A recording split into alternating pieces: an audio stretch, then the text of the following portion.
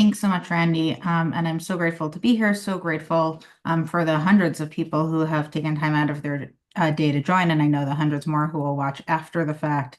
And this is particularly meaningful for me because I'm the daughter of two AFT members, who are also two UFT members. And Randy has been their union leader for basically as long as I can remember. And so this partnership and the work that we're doing together is so personally meaningful on top of all of the reasons why, with the state of the world today, it feels so crucial. I want to briefly take a step back and talk about what anti-Semitism actually is in this moment. I think right now we are hearing a lot of people use this term, and we should be clear that there is real rising anti-Semitism, and it is causing harm to the Jewish community here and around the world. There's also a fundamental misunderstanding, and as we'll talk about today, an exploitation of these real legitimate concerns about anti-Semitism. So I think many people understand anti-Semitism as a form of hate, the same way as so many other forms of hate exist. A prejudice, bigotry, hating Jews because of who we are, what we look like, how we pray or don't pray, what we eat or don't eat. But what's unique about anti-Semitism is that it also operates as this insidious, pernicious conspiracy theory that's rooted in tropes and lies about Jewish control and power. And it's ultimately intended to sow division, to pit communities against one another, and to sow distrust in our democracy and our institutions.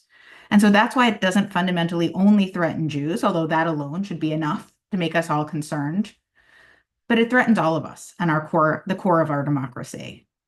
And so on the right, I think over the last decade, we've largely understood what it looks like. Nazis in Charlottesville with torches chanting, "Jews will not replace us." These conspiracy theories about Jews seeking to replace the white race, supporting an invasion coming up from the southern border. It's these very conspiracy theories that fueled the violence in Charlottesville and Pittsburgh, the deadliest attack on the Jewish community in U.S. history, in Poway and El Paso, where it targeted the Latino community, Buffalo, where it targeted the Black community. And these conspiracy theories, like the Great Replacement, have moved from the fringes of our society to the mainstream of our politics in many ways. They now actually underpin some of the very policies that we're seeing coming out of the federal administration targeting immigrants and so many others. This replacement and invasion rhetoric, these Soros tropes, and so much more that I think many of us know quite well at this point.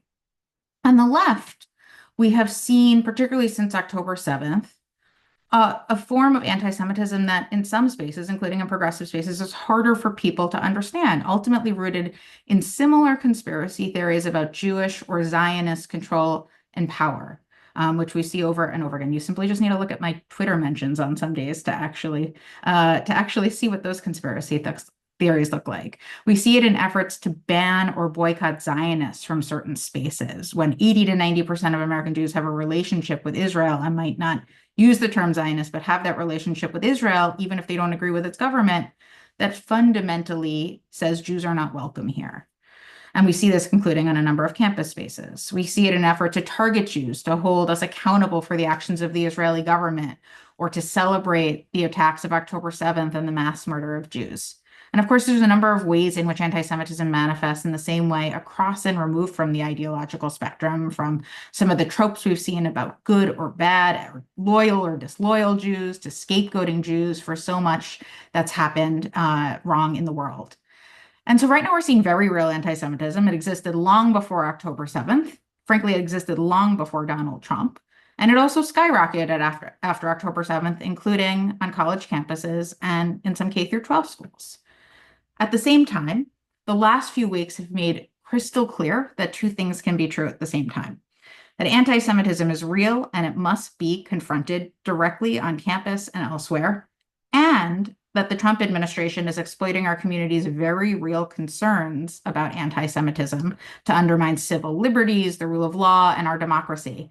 And that doesn't make anyone, including and especially Jews, any safer.